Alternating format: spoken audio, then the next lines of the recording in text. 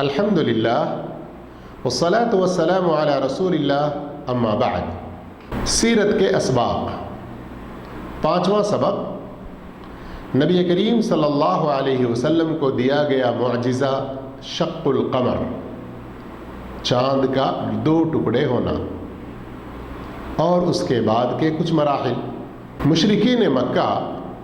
نبی کریم صلی اللہ علیہ وسلم کی دعوت کے راستے میں روڑے اٹکاتے ہوئے جو کچھ مخالفتیں کیا کرتے اور آپ صلی اللہ علیہ وسلم کو عاجز کرنے کے لیے جن جن معجزات کا مطالبہ کرتے، ان میں سے ایک چاند کا دو ٹکڑے ہونا بھی ہے۔ جب ان کی پہلی کی ساری سازشیں ناکام ہو گئیں اور آپ صلی اللہ علیہ وسلم اپنی دعوت سے رکے نہ رہے، تو اب کی مرتبہ انہوں نے سوچا کہ چاند کے دو ٹکڑے کرنے کا مطالبہ کر کے ہم محمد صلی اللہ علیہ وسلم کو عاجز کر دیں گے، وہ یہ کام نہیں کر پائیں گے، تو ہم کہیں گے کہ تم نعوذ باللہ استغفر اللہ جھوٹے ہو۔ تو انہوں نے چاند کے دو ٹکڑے کرنے کا مطالبہ کیا اور یہ وعدہ کیا کہ وہ ایمان لائیں گے اگر واقعتاً ایسا کر دکھایا تو۔ نبی کریم صلی اللہ علیہ وسلم اللہ رب العالمین سے دعا کرتے ہیں اس امید پر کہ یہ لوگ ایمان لے آئیں، شرک کے گندے راستے کو چھوڑ دیں۔ اللہ رب العالمین نبی کریم صلی اللہ علیہ وسلم کی مدد فرماتا ہے۔ آپ صلی اللہ علیہ وسلم چاند کی طرف اشارہ کرتے ہیں تو چاند دو ٹکڑے ہو کر الگ الگ دور دکھائی دیتا ہے، بلکہ روایتوں میں ہے ایک ٹکڑا ہرا کے اس طرف اور ایک ٹکڑا ہرا کے اس طرف واضح طور پر نظر آیا، کچھ دیر تک نظر آیا، لیکن اس کے باوجود مشرکین نے نہ مانا، کہا اس نے ہم پر جادو کر دیا، نعوذ باللہ استغفر اللہ۔ انہی میں سے کسی نے کہا کہ اگر محمد صلی اللہ علیہ وسلم سارے لوگوں پر تو نہیں کر سکتے، تو ایسا کرتے ہیں باہر سے کوئی مسافر قافلہ آئے تو ہم ان سے پوچھیں گے۔ تو کچھ دیر بعد ایک قافلہ پہنچتا ہے، ان سے جب وہ سوال کرتے ہیں تو قافلے والے کہتے ہیں کہ ہاں ہم نے تو دیکھا دو الگ الگ ٹکڑوں کو چاند کے، ہم بھی بڑے تعجب میں پڑ گئے کہ یہ کیا ہوا۔ اس قدر واضح ثبوت ملنے کے باوجود مشرکین مکہ اللہ کی توحید کو، نبی کریم صلی اللہ علیہ وسلم کی رسالت کو، آخرت کو مان کر مسلمان ہونے کے بجائے اور زیادہ سر پھرے بن کر مخالف ہو گئے، بلکہ نبی کریم صلی اللہ علیہ وسلم کو ستانے میں، تکلیفیں پہنچانے میں ذرا بھی پیچھے نہ ہٹے۔ جب قریش کی سرکشی، فرعونیت اور ان کی اذیتیں بہت زیادہ بڑھ گئیں، تو اب آپ صلی اللہ علیہ وسلم نے طائف کی طرف سفر کرنے کا ارادہ کیا تاکہ وہاں کے لوگوں کو اسلام کی دعوت دیں، لیکن مکہ سے طائف آج کے اس ترقی یافتہ زمانے میں 80 کلومیٹر سے زیادہ کا فاصلہ ہے، لیکن اس زمانے میں مکہ کے اطراف میں پہاڑ اور طائف ایک دم اونچی جگہ پر، بہت کٹھن راستہ، اور طائف کی طرف پہنچنا کوئی زیادہ آسان بھی نہ تھا، لیکن اللہ کے دین کی خاطر نبی کریم صلی اللہ علیہ وسلم پہاڑی راستے میں چلتے ہوئے، مشقتیں برداشت کرتے ہوئے طائف پہنچتے ہیں، وہاں کے لوگوں سے ملاقاتیں کرتے ہیں، ان کو بڑے اچھے انداز میں اسلام کی دعوت دیتے ہیں، لیکن وہ لوگ اسلام کی دعوت قبول نہیں کرتے، آپ صلی اللہ علیہ وسلم کی دعوت پر لبیک نہیں کہتے، اگر کسی پر بس کرتے تو بھی ان کے لیے برا تھا، لیکن اس سے آگے بڑھ کر انہوں نے ایک اور اوچھی حرکت کر دی کہ نبی کریم صلی اللہ علیہ وسلم ان کے دعوت ناقبول کرنے پر رنجیدہ خاطر ہو کر واپس لوٹنے لگے، تو وہاں کے اوباش لڑکوں کو اکسایا اور انہوں نے نبی کریم صلی اللہ علیہ وسلم پر طائف سے واپسی کے موقع پر اس قدر پتھر برسائے کہ آپ کا جسم مبارک لہو لہان ہو گیا، اس قدر خون بہا کہ آپ کی جوتیوں میں جم گیا، ایڑیاں چپک گئیں، اور آپ صلی اللہ علیہ وسلم کچھ دور جانے کے بعد بے ہوش ہو کر گر پڑے۔ اللہ اکبر۔ اسی غم کی حالت میں آپ صلی اللہ علیہ وسلم مکے کی طرف واپسی کے سفر میں تھے کہ جبریل امین تشریف لائے اور کہا، اے اللہ کے رسول صلی اللہ علیہ وسلم، یہ پہاڑوں کا فرشتہ ہے، اللہ نے اسے آپ کے پاس بھیجا ہے۔ اتنے میں ہی وہ پہاڑوں کا فرشتہ آپ صلی اللہ علیہ وسلم کو سلام کر کے آگے بڑھتا ہے اور کہتا ہے، یا محمد ان شئت ان اطبق علیہم الاخشبین، اے محمد صلی اللہ علیہ وسلم، اللہ نے یہ اجازت آپ کو دی ہے کہ اگر آپ چاہیں تو میں مکہ کے دونوں جانب ان دو پہاڑوں کو ملا دوں کہ مکہ والے ان دونوں کے بیچ میں پس جائیں۔ اور بعض روایتوں کے مطابق طائف کے بارے میں، طائف والوں کے بارے میں، لیکن اللہ کے رسول صلی اللہ علیہ وسلم کس قدر رحم دل ہے، آپ کے اس رنجیدہ خاطر دل میں کس قدر شفقت ہے اپنی امت کے بارے میں، جنہوں نے آپ کو تکلیف دی، جنہوں نے آپ کو ستایا، ان کے بارے میں آپ صلی اللہ علیہ وسلم کس قدر امید کی پیشن گوئی فرماتے ہیں۔ اللہ اکبر۔ بل ارجو ان یخرج اللہ من اصلابہم من یعبد اللہ لا یشرک بہ شیئا، نہیں، ان کو پیسنا نہیں، ان پر یہ عذاب نازل نہیں کرنا، مجھے امید ہے کہ انہوں نے اسلام نہ قبول کیا تو نہ کیا، لیکن ان کی آنے والی نسلیں، ان کی آنے والی نسلوں میں اللہ تعالیٰ ایسے لوگوں کو پیدا کرے گا جو ایک اللہ کی عبادت کریں گے، اس کے ساتھ کسی کو شریک نہیں ٹھہرائیں گے۔ اللہ اکبر۔ ہم موقع سے اپنی زندگی کے ایک ایک موڑ پر نبی کریم صلی اللہ علیہ وسلم کی اس مبارک سیرت سے رہنمائی حاصل کریں، ایمان پر مضبوطی کے ساتھ ہم جمے رہیں، نبی کریم صلی اللہ علیہ وسلم کی ان نیک صفات والی ہستی پر نہ جاننے والے دشمنان اسلام جو کچھ پروپیگنڈا کر رہے ہیں، ان کا جواب بھی ہم ہمارے نبی صلی اللہ علیہ وسلم کے طریقے سے دینے کی کوشش کریں گے۔ آپ صلی اللہ علیہ وسلم کو ان لوگوں کی طرف سے تکلیف پہنچنے کے باوجود آپ نے صبر بھی کیا، شفقت کا مظاہرہ فرمایا، اور ان کے لیے گویا کہ ایک بڑی پیاری دعا دے دی۔ اس طرح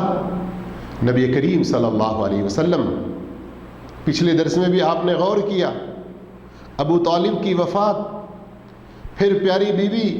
حضرت خدیجہ رضی اللہ تعالی عنہا کا اس دنیا سے رخصت ہو جانا، کتنا بڑا غم تھا، مشرکین کی طرف سے اذیتوں کا بڑھ جانا، طائف سے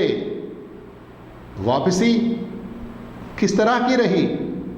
ایک بعد دیگرے آپ صلی اللہ علیہ وسلم پر اس قدر اذیتیں بڑھنے لگیں، مشکلات بڑھنے لگے، تو اللہ رب العالمین نے آپ کی تسلی کا سامان فرمایا، آپ کو اللہ رب العالمین نے یہ اطمینان دلانے کے لیے کہ اے محمد صلی اللہ علیہ وسلم، اگر دنیا والے آپ کی قدر کو نہیں جانتے، نہیں پہچانتے، آپ نہ گھبرائیں، آئیں آسمانوں کی طرف سفر کر کے، یہاں آپ کی کیا شان ہے، کس قدر آپ کی عزت ہے۔ اللہ رب العالمین نے اسرا و معراج کا وہ مبارک سفر کروایا جس میں نبی کریم صلی اللہ علیہ وسلم کے لیے جہاں ایک بہت بڑا معجزہ یہ بھی تھا، وہیں اس مبارک سفر کے اندر اپنی امت کے لیے بھی بہت سارے تمغے، بہت سارے تحفے، بہت ساری خوشخبریاں لے کر اللہ کے رسول صلی اللہ علیہ وسلم تشریف لائے۔ آپ صلی اللہ علیہ وسلم کی سیرت میں اسرا و معراج کا واقعہ بہت نمایاں ہے، بڑی عبرت کی باتیں اس کے اندر ہیں۔ ہماری دوسری ویڈیو اس سلسلے میں دیکھنا نہ بھولیں، لیکن یہاں آئیے مختصر سا اسرا و معراج کے سفر کا واقعہ سنتے ہیں۔ ایک رات جب آپ صلی اللہ علیہ وسلم آرام فرما رہے تھے، حضرت جبریل علیہ السلام براق کے ساتھ آپ صلی اللہ علیہ وسلم کے پاس تشریف لے آئے۔ براق یہ ایک جانور جو اللہ رب العالمین نے خصوصی طور پر بھیجا، دیکھنے میں یہ گدھے سے کچھ بڑا، خچر سے چھوٹا، لیکن اس کی رفتار اس قدر تیز کہ جہاں تک نظر پہنچتی ہے وہاں وہ چھلانگ لگاتا ہے۔ نبی کریم صلی اللہ علیہ وسلم کو اس پر بٹھایا گیا اور مکہ سے بیت المقدس لے جایا گیا، جس کے بارے میں اللہ تعالی نے سورۃ بنی اسرائیل میں بیان فرمایا، سبحان الذي اسرى بعبده ليلا من المسجد الحرام الى المسجد الاقصى الذي باركنا حوله لنريه من آياتنا إنه هو السميع البصير۔ پاک ہے وہ ذات جس نے اپنے بندے کو راتوں رات مسجد حرام مکۃ المکرمہ سے مسجد اقصی فلسطین کی طرف لے گیا، جس کے اطراف و اکناف ہم نے بہت ساری برکتیں عطا کی تاکہ ہم انہیں بہت ساری ہماری نشانیاں دکھلائیں۔ بے شک اللہ خوب سننے والا، بہت باریک دیکھنے والا ہے۔ بیت المقدس سے پھر ساتوں آسمان کا سیر، ساتوں آسمانوں کی طرف سفر، ساتوں آسمان سے اوپر سدرۃ المنتہا، وہاں سے بھی آگے اللہ رب العالمین سے ہم کلامی کا شرف حاصل ہوا، نمازوں کا تحفہ اور دوسری کئی ساری خوشخبریاں لے کر نبی کریم صلی اللہ علیہ وسلم پورے اطمینان اور تسلی کے ساتھ اللہ کی ان نعمتوں اور تمغات و تحائف کے ساتھ خوشی کے ساتھ لوٹ آئے، اور یہ سب کچھ رات کے انتہائی مختصر وقت میں پورا ہو گیا۔ نبی کریم صلی اللہ علیہ وسلم فجر کی نماز کے بعد کعبۃ اللہ کے پاس تشریف لائے، اپنی قوم والوں سے کہا کہ اللہ رب العالمین نے مجھے رات مسجد حرام سے مسجد اقصی، پھر وہاں سے ساتوں آسمانوں کی سیر کروایا، تو کافر لوگ مذاق اڑانے لگے، ٹھٹا کرنے لگے، اور آپ صلی اللہ علیہ وسلم پر ہنسنے لگے کہ مسجد اقصی فلسطین کا سفر تو ہم 1 مہینے میں پورے کرتے ہیں، اور یہ رات کے کچھ ہی حصے میں، اور وہ بھی آگے ساتوں آسمانوں کی سیر کرایا ہے۔ نبی کریم صلی اللہ علیہ وسلم کا امتحان لینے کے لیے ان ظالموں نے ایک اور ترکیب سوچی، بیت المقدس کی بہت ساری تفصیلات پوچھنے لگے۔ نبی کریم صلی اللہ علیہ وسلم فرماتے ہیں کہ مجھے کچھ نہیں پتا تھا، لیکن اللہ رب العالمین نے بیت المقدس کو میرے آنکھوں کے سامنے کر دیا، جو جو وہ سوال کرتے جاتے میں ان کا جواب دیتا جاتا۔ اللہ اکبر، اللہ اکبر۔ اتنا واضح ثبوت، ان کے تمام سوالوں کے جواب ملنے کے باوجود مشرکین اپنے شرک پر اڑے رہے۔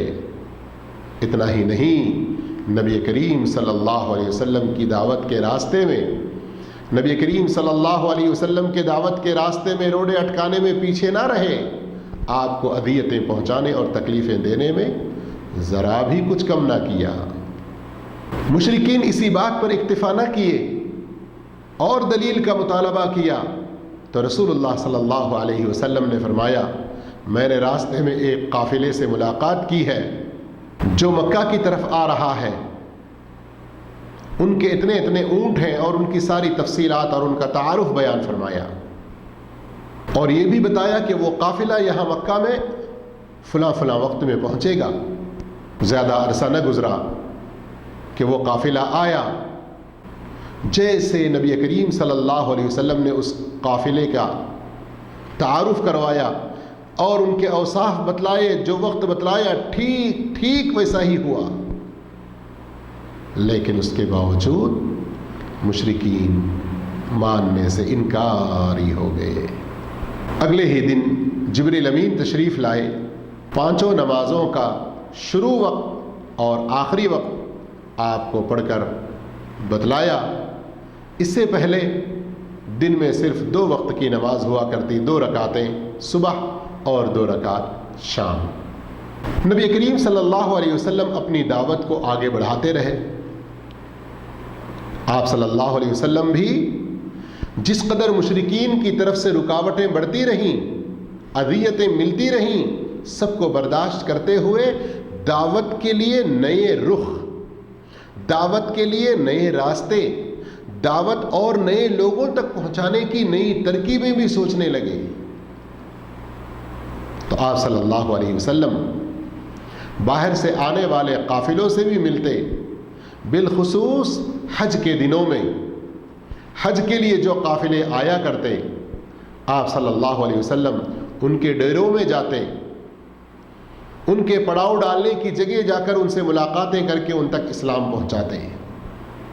اور آپ کا چچا ابو لہب جو اسلام دشمنی میں شروع دن سے ہی آپ کے پیچھے لگا ہوا ہے، وہ بھی آپ کے ساتھ ساتھ ہوتا اور لوگوں کو آپ کے خلاف بھڑکاتا۔ ایک مرتبہ کا واقعہ ہے کہ نبی کریم صلی اللہ علیہ وسلم حج کے لیے مدینہ سے آئے ہوئے، مدینہ جس کا پرانا نام یثرب ہے، وہاں سے حج کے لیے آئے ہوئے ایک قافلے سے ملاقات کرتے ہیں اور ان کو اسلام کی دعوت دیتے ہیں۔ جیسے ہی اسلام و ایمان کی ان کو خبر لگتی ہے، ذرا بھی تأمل کیے بغیر فوراً اسلام قبول کرتے ہیں، اس لیے کہ وہ اس سے پہلے ہی یہود سے سن چکے تھے، یہود سے سن چکے تھے کہ ایک آخری نبی آنے والا ہے۔ بلکہ یہود تو یہاں تک کہتے تھے مدینہ کے مشرکین سے کہ جب وہ نبی آئے گا تو ہم سب سے پہلے ان کی اتباع کریں گے۔ تو جب نبی کریم صلی اللہ علیہ وسلم کے بارے میں مدینہ کے ان حاجیوں نے سنا تو فوراً آپ کی دعوت پر لبیک کہا، اور مشرف ب اسلام ہو کر وہ لوگ حج سے واپس مدینہ تشریف لائے۔ اگلے سال جب دوبارہ حج کا موقع آیا تو کچھ اور لوگ بھی ساتھ میں ہو لیے، مدینہ کے 12 آدمیوں نے اسلام قبول کر لیا، اور جاتے جاتے اللہ کے رسول صلی اللہ علیہ وسلم سے انہوں نے درخواست کی کہ کسی مبلغ کو اگر بھیجیں تو ہم وہاں لوگوں کو قرآن سنا کر اسلام کی دعوت دیں گے۔ چنانچہ اللہ کے رسول صلی اللہ علیہ وسلم نے اسلام کے سب سے پہلے سفیر، سب سے پہلے مبلغ، سب سے پہلے داعی حضرت مصعب بن عمیر رضی اللہ تعالیٰ عنہ کو بھیجا۔ وہ وہاں جا کر لوگوں کو قرآن سناتے، اسلام کے بارے میں سمجھاتے۔ پھر آگے جب حج کا سال آیا تو اس موقع پر مصعب بن عمیر رضی اللہ تعالیٰ عنہ تقریباً 72 مردوں اور 2 خواتین کے ساتھ حج کے لیے تشریف لائے، اور ان سب لوگوں نے نبی کریم صلی اللہ علیہ وسلم سے ملاقات کی، اور پھر انہوں نے نبی کریم صلی اللہ علیہ وسلم کو مدینہ آنے کی دعوت دی کہ وہ اب آپ کا ہیڈ کوارٹر بنے گا، وہاں سے آپ آزادانہ طور پر اسلام کی نشر و اشاعت کا کام کر سکیں گے، اور اسلام کی دعوت و تبلیغ میں پوری طرح اپنے جان و مال کے ساتھ دینے کا وعدہ کیا۔ یہاں تک نبی کریم صلی اللہ علیہ وسلم کی سیرت کا یہ مبارک سلسلہ اپنی 5ویں کڑی کو پوری کیا ہے۔ اگلے چھٹے سبق میں آپ ہمارے ساتھ ضرور جڑے رہیں۔ اللہ ہم سب کو اپنے نبی کی سیرت سے سبق حاصل کرنے کی توفیق عطا فرمائے۔ وآخر دعوانا ان الحمد للہ رب العالمین۔ والسلام علیکم ورحمۃ اللہ وبرکاتہ۔